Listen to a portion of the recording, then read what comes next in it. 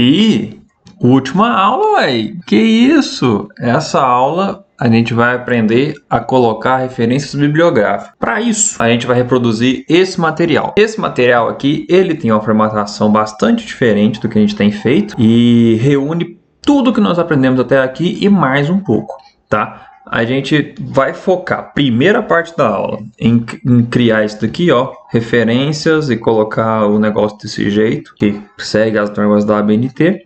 E o restante das coisas, como por exemplo, criar o cabeçalho com imagenzinha bonitinha, essa equação de reação química, para você que vai fazer química esse semestre, Isso daqui que é uma imagem, mas não precisa ser, a gente vai desenhar no documento esse diagrama, porque se você desenhar, a qualidade fica excelente, ó, não tem imagem borrada. E além disso, se você não achar a imagem que você quer para o seu trabalho, você faz a sua. Isso daqui também poderia ser uma imagem, e não é. É desenhado no documento também, e é uma função exponencial. Então eu joguei a equaçãozinha, saiu esse desenho. Para finalizar, a gente aprende a colocar códigos no LaTeX, porque se eu escrevo o documento com código, e se eu quisesse que apareça um código no documento? Daí nós temos algumas formas de fazer isso. Coloquei essa outra aqui. As duas são códigos de LaTeX, né? Só que tem uma pequena diferença entre as duas. Essa daqui tem um fundo escurinho, né? E tudo mais. Você vê que eu coloquei também a letra de código ao longo do texto, ó. E tem essa outra aqui, ó. Tem corzinha, tá? E no caso é um código em Python para calcular fatorial de coisas. Além disso, nós vamos também criar cabeçalhos e rodapés. Ó, nessa última página aqui, por exemplo, eu coloquei no canto esquerdo mini curso LaTeX básico, né, que é o nome desse mini curso aqui. Coloquei o título da sessão, ó, outro exemplo, Python, que é essa sessão que vai começar nessa página, é muito comum ter isso em livro. E coloquei uma coisa que é só para quem tem bril. Você tem bril? Que é isso aqui, ó, clicar sumário. Aí você clica e vai para o sumário. Porque eu não sei você, mas às vezes eu estou lendo um trabalho gigante, tem um sumário aí enorme, e aí se eu clicar no sumário, eu vou para onde o texto está. Isso é ótimo. E se eu quiser voltar? Vou ter que rolar tudo? As 300 e tantas páginas que eu fui? Não, eu venho aqui, em cada página tem um negocinho chamado sumário e eu volto para lá e procuro outra coisa para ler. Enfim, eu não tenho certeza se acontecia isso nos outros documentos, mas quando você tinha aquele /ref, que é o que faz eu ter esses comandos aqui de número para equação, figura e tabelas, se eu clicasse, eu não lembro se ele ia para tal da equação referente, né? Igual você tá aqui, ó, a equação 1, qual que é a equação 1? Você clica e vai para ela aqui em cima. Eu não tenho certeza se a gente fez isso, mas vamos fazer aqui agora. Estou aqui no Overleaf. Vamos fazer aí no nosso documento da aula 4. Uma dica importante é que se você pode selecionar e criar uma cópia de um documento que você acabou de fazer. Ó, faça uma cópia. E aí eu vou renomear com o nome aula 4. Bibliografia.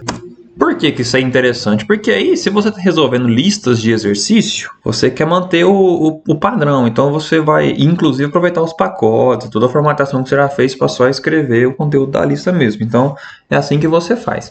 E aí, quando você faz isso, você vê que ele não apareceu aqui porque eu botei essas 3 aulas numa pasta chamada LaTeX. Né? E aí, se eu vim aqui para os não categorizados, vai ter aqui esse documento que eu fiz há um tempo e o que a gente acabou de criar. Então, basta eu selecionar, vim aqui, ó, adicionar as pastas, eu clico na pasta que eu quero adicionar e cá está ela, ó, aula 4, bibliografia, beleza? Só que eu não vou reaproveitar ela não, eu vou criar um projeto do zero. A mesma coisa de sempre, tá? Vou do lado esquerdo que a gente vai escrever e do lado direito o nosso código, tá? Vamos então, eu vou escrever o texto aqui, tranquilo. Esse documento, esse PDF está na descrição para você ver e tal. Você escreve aí, tenta fazer sozinho e aí a gente vai fazer junto o que você não conseguir aqui. Se você aprendeu, para fazer essa equação número 1 aqui, você vai fazer o seguinte: begin equation, e já tem a diferença que é um número elevado e um número subscrito. Só que está do lado esquerdo. Então, basicamente, se você tentou, você fez isso. Mesma estrutura, só que do lado esquerdo. Aí tem uma seta para a direita, né? E a mesma coisa. Vamos compilar. Não tem absolutamente nada a ver. Quais são as diferenças? Primeiro que o símbolo do elemento está em ambiente matemático, ele entende como variável, está inclinado. Aqui não está. Segundo, que a setinha está diferente, mas isso é pouca coisa. O MEV, a mesma coisa. Isso daqui é uma unidade de medida, que aqui saiu desse jeito. E os números não tá igual porque aquele caractere de chapéu e de sublinhado, ele considera que você está escrevendo à direita do número. Então, eles ficam alinhados à esquerda, ou seja, o 2 e o 8, nesse primeiro exemplo aqui, fica um embaixo do outro. Aqui, no meu exemplo do PDF, é o 6 que fica embaixo do 8. Você vai ver algumas pessoas consertar isso com o comando Phantom. E aí, no lugar de 88, você escreve, por exemplo, 188 e fala que o número 1 é invisível, tá? Um fantasma, Phantom. E aí, por ser 188, o 8 vai ficar alinhado com o 6 como eu quero. Então isso é uma gambiarra do caralho, né? O que eu quero mostrar para vocês é o uso de um pacote usado para fazer fórmulas químicas, que é esse aqui, entendeu? Então tudo isso aqui vai ser uma equação química, você coloca CH e escreve a equação aqui no meio. E essa setinha para a direita não precisa porque ela tem uma própria que é exatamente essa daqui. Simplesmente uma seta no teclado, desse jeito. Quando você compilar, e vai ficar bonitinho, tá? E como você fez isso dentro do ambiente equation, vai ter numeração. Continuando. Vou citar essa equação com essa palavra, então label. Bom, agora a figura, né? Naturalmente, para fazer a figura, você vai ter que tirar um print disso aqui. Vem aqui em Upload. Ah, antes disso, mostrar, ó, você pode criar uma pasta. Aí você põe nessa pasta, coloca imagens, o nome dessa pasta. E aí, com todas as imagens, você clica aqui primeiro e agora sim você faz o upload. Daí, se você estiver trabalhando com muitas imagens, elas ficam todas dentro de uma dessa pastinha, tá? Isso é interessante. E aí, por estar dentro de uma pasta, o include muda um pouquinho. Vamos pôr a figura então. Begin figure. Deixa eu botar um H para deixar claro que eu quero aqui. E no include você coloca o nome dela. Minha imagem se chama sem título. Se eu escrever sem título aqui, já vai aparecer. Só que ele vai colocar um imagens barra. Isso é importante porque quando você estiver trabalhando na sua máquina, ou seja, não for um editor online, você vai salvar as imagens em alguma pasta que, se não for a mesma pasta do documento principal .txt que você usa, você tem que dar o caminho dessa imagem. Legenda. É aqui que vai a referência. Para não confundir chaves, hein? Abre e fecha as chaves do caption, abre e fecha as chaves do comando de equação química. E aí, no meio da equação química, você coloca a sua equação. E para ficar com esse negócio aqui em cima, você escreve esses caracteres aqui de alfa e gama no colchete do lado da setinha. Então, é aqui. Aí você escreve... Já não está em ambiente matemático, né? Porque é um ambiente figure agora. Então, você põe isso daqui. Alfa, gama. Às vezes o código fica muito louco mesmo, cheio de coisa. O de hoje eu me inspirei, não se assuste. Pronto. Ó, é aqui que vai a minha referência. Para fazer referência, primeiro você tem que ter o livro que você vai usar. Eu usei aqui o livro do Atix. Quem é o livro do Atix? É um livro muito importante. Vou entrar aqui nesse site aleatório. É esse livro aqui, ó, bem barato. E aí, quando você clicar nele, você vai atrás desse negócio aqui, ó, ISBN. Esse aqui é a identidade, é uma das identidades do livro. Para fazer bibliografia, você vai reunir todos os seus livros num arquivo chamado, sei lá, livros.bib. E ele aqui, ó, livros.bib, vê que ele tem um ícone diferente, porque é um livro de bibliografia. E aqui você vai dizer que você vai usar o Atix. E como é que você vai usar o Atix? Colocando esse número para o LaTeX reconhecer? Não. O formato que você escreve aqui, você vai pegar desse site assim, ó, zbib. Estou ensinando as manhas. Você entra nesse site zbib e cola isso aqui, ó.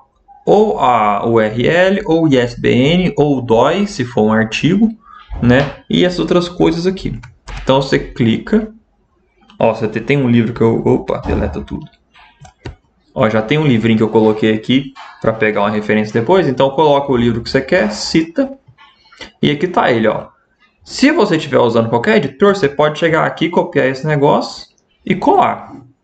Tá muito parecido com a referência que a gente vai colocar no nosso trabalho, né? Mas não tá igual não, porque cada formato tem uma coisa, né? E aí, para que eu entrei aqui? Os livros que eu coloquei apareceram aqui embaixo. Você pode copiar ou exportar para esse formato BibTeX, que é o formato de livro que o LaTeX reconhece. Daí você salva isso em qualquer lugar de trabalho. O que é um arquivo BibTeX? É um arquivo escrito assim, ó. Parece estranho, mas não é não. Isso daqui é referente ao livro do Cohen de mecânica quântica. E esse de baixo é referente ao livro do Atix, Dosimetria e Física das Radiações. E aí, cada livro, e tem esse formato específico de escrita que a gente nem vai se concentrar nisso, mas descreve, ó. Onde que foi publicado, o título, o ISBN, a linguagem, o autor, o ano, tudo isso está descrito, né, nesse formato, que é o formato que o LaTeX vai entender que isso aqui é um livro e você vai usar esse livro. Então você vem aqui para o seu arquivo livros.bib e cola isso que você buscou daquele site Zbib a partir do número do ISBN. Isso aqui é uma receita de bolo. O importante é que você pegue esse código referente ao livro que você quer, beleza? E aí o LaTeX vai ler isso daqui e vai descobrir que essas são as informações do livro e, portanto, no seu documento vai escrever o nome, a introdução assim, o título. Tá, ele tem comandos internos que identificam esse tipo de coisa. Beleza, então quer dizer que a minha biblioteca pessoal está formada aqui com livros.bib, só vou usar esse livro mesmo. Aí eu venho no meu documento principal e falo para ele citar quem? O livro que está lá, já apareceu, ó.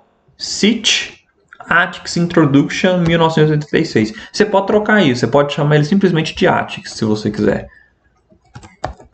Porque esse primeiro campo aqui do código é o nome que você está usando, é o label dele, entendeu? É o label. E aí eu vou pôr só Atix mesmo, tá bom? Se bem que no Overleaf ele já preencheu para mim, né? Mas se fosse uma máquina pessoal, talvez não preenchesse. Então, Atix. Beleza, tá? E o nome dessa figura aqui eu vou colocar níveis, que foi o que eu botei no outro, certo? Só que aí, para aparecer bibliografia no seu documento, que é esse aqui, ó, referência, tudo certo, basta você vir cá e colocar bibliography e o nome do seu arquivo, livros.bib. É como se fosse um input, mas é um input específico de bibliografia, que você não usa input e usa bibliography, e não é o arquivo text que você está imputando, é um arquivo .bib. E o arquivo .bib tem um jeito de escrever especial que você busca na internet e tudo mais. Se você não estivesse procurando um livro, estivesse procurando um artigo, sei lá, vamos entrar aqui no Google Acadêmico. E aí você procura aí um artigo sobre... E aí tem aqui, o uso das tecnologias, não sei o que, tá aqui o artigo do cara, citar. Você vem em citar, ó. Formatos de citação da MLA, formatos de citação MBR, formato APA, copia e cola no seu documento. Para nós, o que a gente precisa é o BibTeX. Você clica aqui, pronto. Isso daqui você vai copiar. Tá conseguindo ver, será? Isso daqui é o BibTeX daquele arquivo, daquele artigo especificamente. Bota ele aqui para você usar ele também. E se você quiser citar, é só vir no texto principal, colocar, sei lá, vou pôr isso aqui para a gente ver. Cite, manda citar o cara com esse nome que foi dado automaticamente aqui, que já veio pronto, tá? Tá, e aí como é que isso aparece na ABNT, né? A gente vem cá e usa um outro pacote chamado use package ABNTEX, ABNTEX to site. E para deixar as referências em ordem alfabética, a gente bota uma opção chamada ALF. Tem outros formatos de bibliografia, para nós é interessante o da ABNT, né? Então eu vou mostrar o da ABNT, quando você recompilar, ó como que aparece, ó, a imagem ficou péssima, pelo amor de Deus, né? Isso aqui foi um print que eu tirei e saiu desse jeito.